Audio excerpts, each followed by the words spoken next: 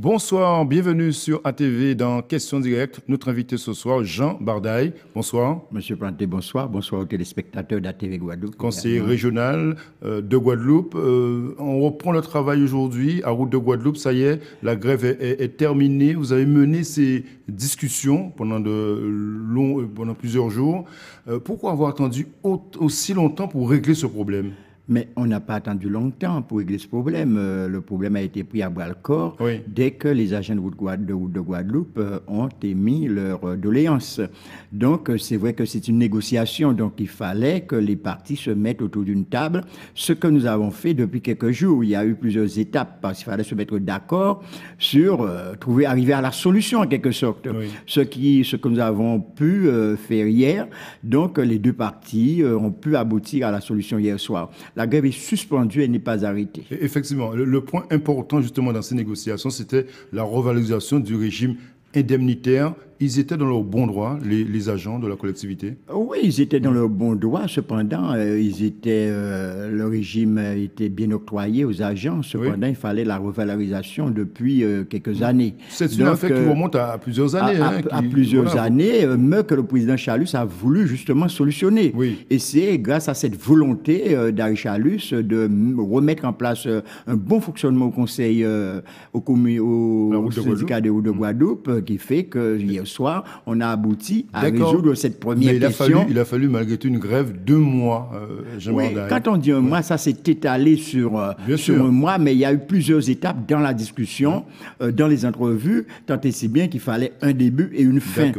Donc on n'a pas, je vous le dis, on a mis un terme à cette première séquence. On va reprendre les négociations pour d'autres points. Le point majeur, c'était le régime indemnitaire qui d'ailleurs, selon la loi, va subir une grande modification, une transformation, ce qui va devenir le RIF7. D'accord. Alors, concernant justement les agents de Route de Guadeloupe, la région, pour l'instant, à la charge, gère justement cette structure, mais pas pour longtemps, puisque le conseil départemental va prendre le relais. Exactement, parce que c'est une entité créée par les deux collectivités majeures et donc qui est présidée par simultanément par le président du conseil général départemental actuellement et par le président du conseil régional. Donc c'est un soulagement pour vous, ça y est, pas du tout. Le président Chalus arrive au terme de son mandat de président. Donc madame le président du conseil départemental va prendre le relais. Mais cependant, le conseil syndical, l'établissement syndical, le conseil reste en l'état. Le président Chalus devient vice-président. Donc ce sont les mêmes membres qui font fonctionner l'institution. Non, ce n'est pas pour une question de passer, de relayer et de passer les charges. Pas du tout. Nous assumons aux côtés de Madame Bruel-Incertain, qui présidera bientôt Route de Guadeloupe. Oui, ça fait partie des incohérences que vous avez pu justement retrouver après 2015, ces incohérences dans la gestion du conseil régional qu'il faut régler aujourd'hui. Vous savez, je ne vais pas entrer dans ces détails-là. Il faut remettre les choses à leur place. Donc, nous essayons de le faire, d'autant plus que le président Chalus, comme je me répète, a cette volonté de dire qu'on applique la loi, rien que la loi. Les agents ont des droits, ont des devoirs également, mais ils méritent de bénéficier de tout ce qui leur est dû. Donc, ce que nous sommes en train de faire, évidemment, il s'agissait de budget, il s'agissait d'argent. Tout à fait. Vous êtes passé de 60 euros à 200 euros de revalorisation. Par agent et par mois. Eux, ils réclamaient 350 euros.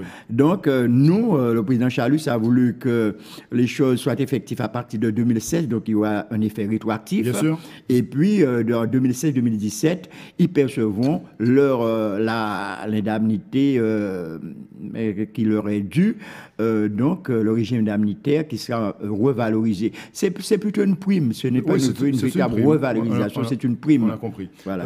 Jean Bardaille, vous faites partie du parti, le GUSR, parti qui s'est mobilisé pendant les élections législatives. Ça y est, les 4 députés guadeloupéens ont participé à cette session hier, première session au Parlement. Quelle analyse faites-vous justement au choix au niveau des groupes parlementaires, de nos parlementaires? Vous savez, on essaie de trouver le groupe où on sera le plus à l'aise et le plus utile au pays. Je crois que le choix réalisé par Mme Bénet, M. Mathiazin, leur permettra d'intervenir. Ils font partie du groupe Modem et apparenté. Donc, ils seront dans un lieu, ils pourront intervenir en faveur de la Guadeloupe. D'accord, mais est-ce que votre député du GUSR, Olivier Servat, aura vraiment les moyens d'intervenir dans ce grand groupe de la République en marche? Nous croyons que oui, c'est un homme, vous savez. Jouer des coudes. Non, mais c'est un homme assez suffisamment intelligent pour se frayer un chemin. Et vous savez très bien qu'il entretient de très bonnes relations avec le président de la République, mais aussi avec le gouvernement. Je crois qu'il sera à l'aise dans le groupe majoritaire. Donc, je crois Olivier Servat utilisera toutes les possibilités qui lui permettront de faire valoir les intérêts primordiaux de la Guadeloupe. Là, je n'en doute pas. Mais Jean Bardaille, vous regrettez ce soir justement l'échec des négociations par rapport à la création d'un groupe parlementaire outre-mer? Très sincèrement, je l'ai souhaité. Et moi, j'en ai rêvé. Je pensais que Olivier Servat allait faire aboutir cette idée qu'il a toujours soutenue et défendue. Malheureusement, il n'y est pas parvenu. Mais selon moi, c'était quand même une bonne solution pour faire valoir les intérêts des Outre-mer. Et puis, mais si ce n'est pas le cas aujourd'hui... La solidarité des députés ultramarins, c'est encore loin à venir. C'est pas évident, on l'a constaté dans les discussions. Alors, c'est pour cela qu'il faut prendre au mot le président Macron, qui a dit qu'il va mettre en place des mesures pour solutionner les problèmes de chaque région et territoire d'outre-mer à la carte.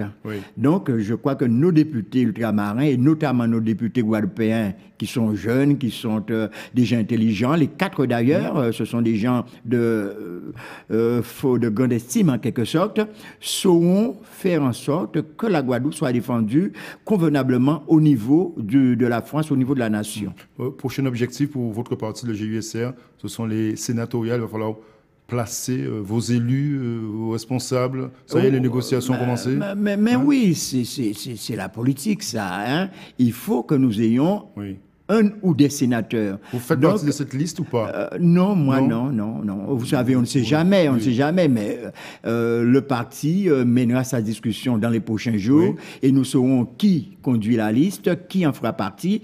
Au jour d'aujourd'hui, au moment où je parle, je ne suis pas candidat au sénatorial, aux élections sénatoriales. Cependant, il il va falloir qu'il y ait de l'ouverture. Il va falloir qu'il y ait des propositions, qu'il y ait de la discussion. On ne va pas jouer des coups entre nous. Oui, le GUSR veut peser de tout son poids dans ces élections, comme aux législatives, comme vous l'avez souhaité aux législatives. Comme à législatives. puisque nous sommes quand même aujourd'hui un grand parti en Guadeloupe. Les Guadeloupéens l'ont voulu.